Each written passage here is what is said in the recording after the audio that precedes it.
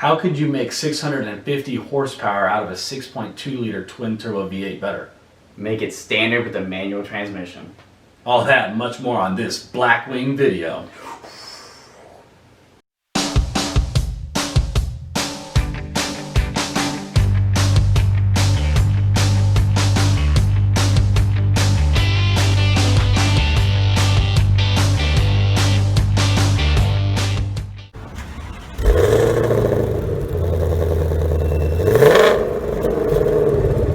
So yeah, we'll jump right into it. We're stoked. This was announced earlier last year in 2020 where Cadillac was actually going to be upping the ante of the V series of vehicles that they make. In the past we've been graced with the presence of the CTS-V, ATS-V, coupe and sedan between both of those models, and awesome cars that they are. I mean, listen to how they sound.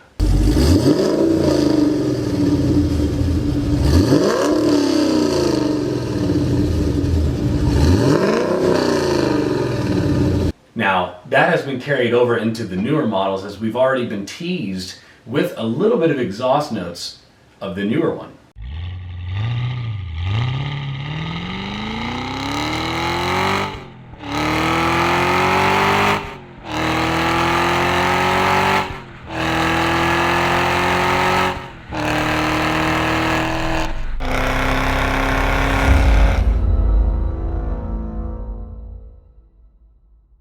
Now, Jacob, where do you think this car exists in their current line? In my heart. We thought the V was going to be discontinued for a little bit because they stopped making them, and maybe the public outcry of no, give us V8 Cadillacs again. I swear I'll buy them even though I don't. Yeah, right. It's like, I just want to see them on YouTube, but to bring it back in the form of a Blackwing, because basically a regular like older CTS-V or ATS-V with a V8. But the Blackwing edition makes it sound cooler, and now they're like, you know what, we'll one-up you, public. Instead of 600 horsepower plus, how about a manual transmission that comes standard? Automatic is an upgrade / optional. Now, that is one way to do it at Cadillac. Yeah, and the only things that I have some reservations about is why did they discontinue it in the first place? And are people going to be willing to spend $84K as the starting price of a manual transmission, 650 horsepower luxury sports car, muscle car?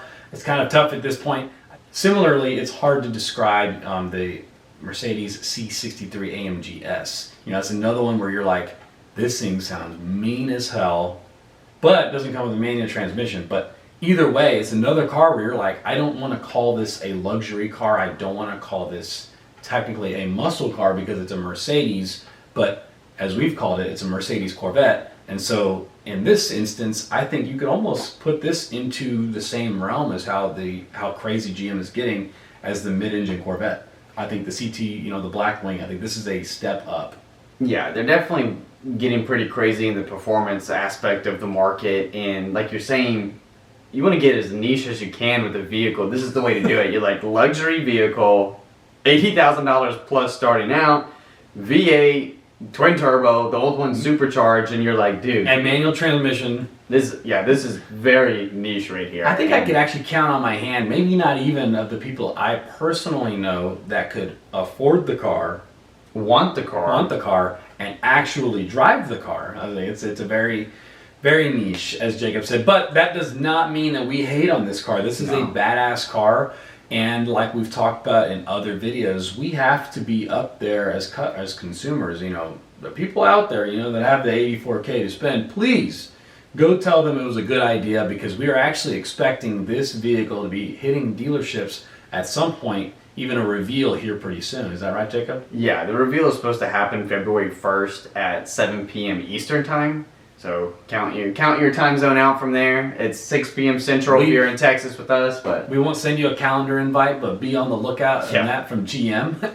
Yeah, but Josh was talking about how many people are going to be able to afford this thing. If you're my supervisor watching this, please, I need a pay raise, not related to this, maybe, but I'd be very interested to see how many vehicles we're going to see on the road, because these C63s Josh is talking about, they're awesome every time you see them. Don't see very many. the quadrifoglio of the Alfa Romeo Giulia is going to compete with something like that as well too. You don't see very many of those. No. BMW M3s, I think you see more of those than the other two, but Right. still not very many compared to a regular 3 Series or like the regular C-Class or even the regular Giulia, you know. It's a very, very niche market for sure, like we keep saying. And you even compare those, and what's crazy is like Alfa Romeo is already a niche brand, and they actually kind of get away with the quadrifoglio because it doesn't even start out at 84K. I think it actually starts around the 70s with just base.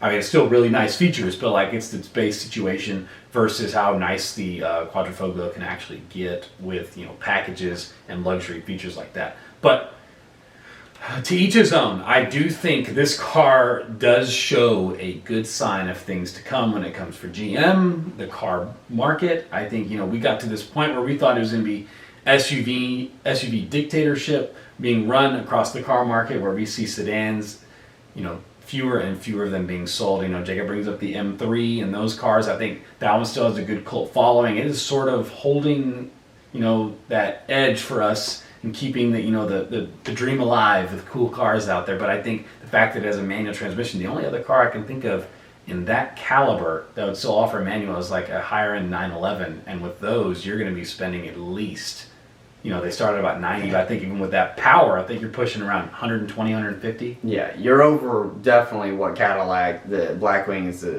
expected to be. Right. I mean, the only other, some type of boosted V8 you could get in a sedan form that's around or cheaper than this Cadillac is like a Hellcat Charger, but it doesn't come with a manual. Right. And it's definitely not as nice on the inside as a Cadillac, you know, like it still has nice stuff, but it's not a Cadillac. It's also supposed to be pretty good with not just going in a straight line, but as you would expect, as the saying goes, oh, it's the Cadillac of whatever you're talking about. This thing's supposed to ride smooth, it's supposed to handle smooth, so it's supposed to be an all-inclusive, like, you're fast, not just in a straight line, but around those corners too, and you're going to feel like you're basically floating on the cloud in this vehicle. Either way, I'm excited to see Cadillac trying to get back into being a mean, not old person type brand. Yeah. Rebranding themselves in such a way. I think they're nice vehicles. Even some of their SUVs look pretty nice. I mean, this is kind of sacrilegious to talk about SUVs on this type of video. But I think Cadillac as a brand, I think they're headed in the right direction. I think if you can build up that cult following again with the younger generations, I do think you'll see people step into that market and go out and buy themselves a Blackwing. And if that is you, which we grace you with whatever we can, we thank you. Please do us proud and be that consumer. We need you guys out there. But if this car interests you, go ahead and let us know in the comments section below or on any of our social media. We want to talk about this car. We love the discourse that comes with twin turbo V8s. Yeah, and besides the social media in the description, I'm going to put my GoFundMe or my Venmo where you can send me money so I can buy this. But other than that, let us know how you feel about this vehicle. If you think it's a bold strategy, a dumb strategy, we want to know what you think, you know, because I think it's interesting. I don't know about this Malibu thing, you know, GM, but this Blackwing. Yeah, let me just really go crazy with it.